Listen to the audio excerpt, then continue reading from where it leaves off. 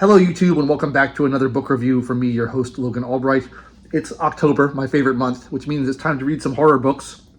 And I did one recently by Eric LaRocca, which I was not a fan of, but in the same shopping trip where I bought that book, I also picked up this one, which I thought looked interesting, Last Days by Brian Evenson.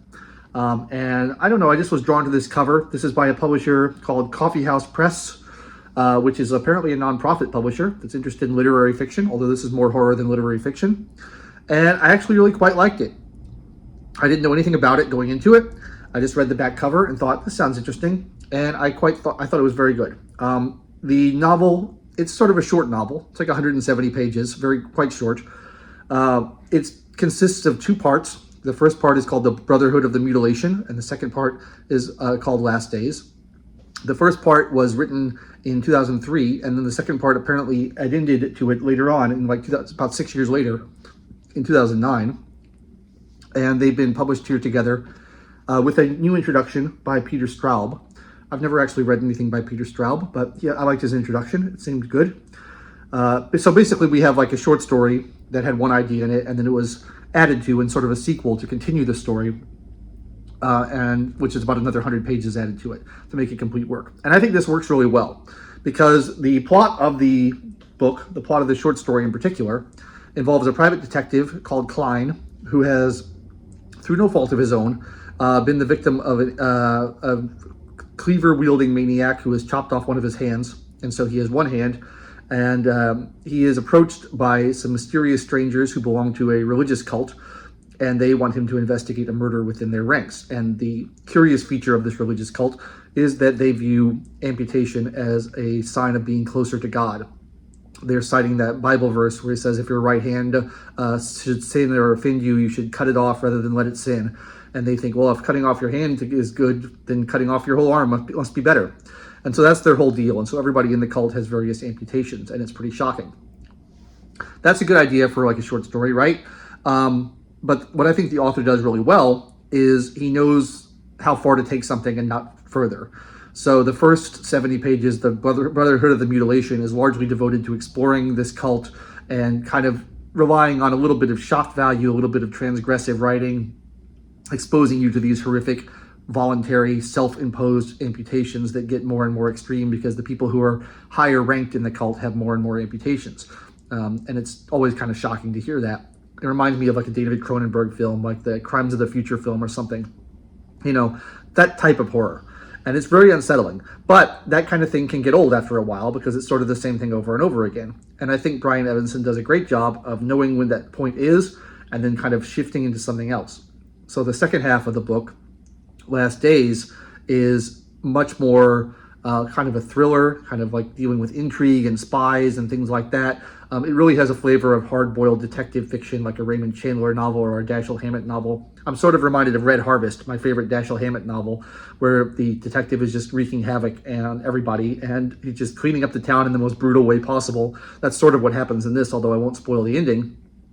And so it kind of shifts from that, like just trying to shock you with horrific amputations, to something much more, deep and much more involved and much more kind of a thriller rather than a horror at that point. So I really liked that. I thought that was good. His writing style is a little bit stripped back. He doesn't do a lot of flowery prose. It's been compared to people like Hemingway and stuff, kind of a little bit, sparse, straightforward. But I think it works really well in this context. I'm very pleased with it.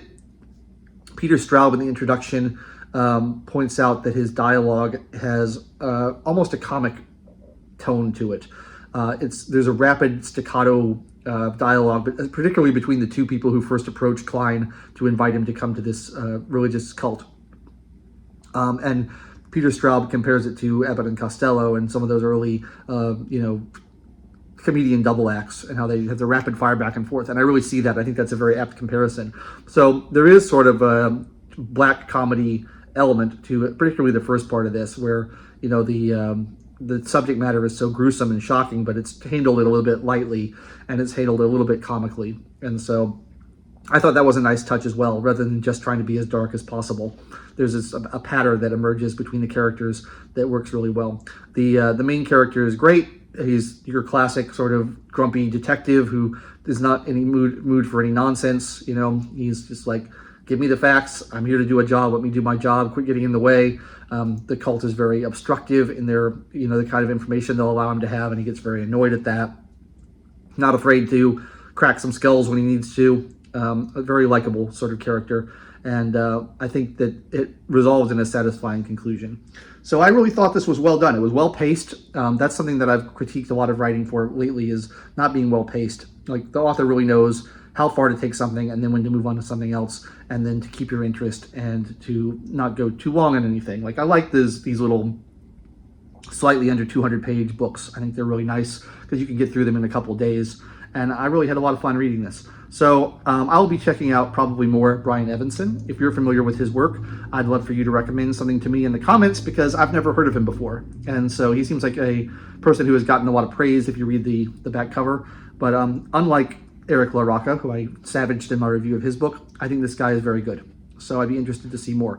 It's a little bit more on the body horror and a little bit more violent and gruesome than a lot of the horror that I like. I tend to prefer supernatural horror to things, but religious horror is also a lot of fun, and there's a little hefty dose of religion in here, which I always appreciate.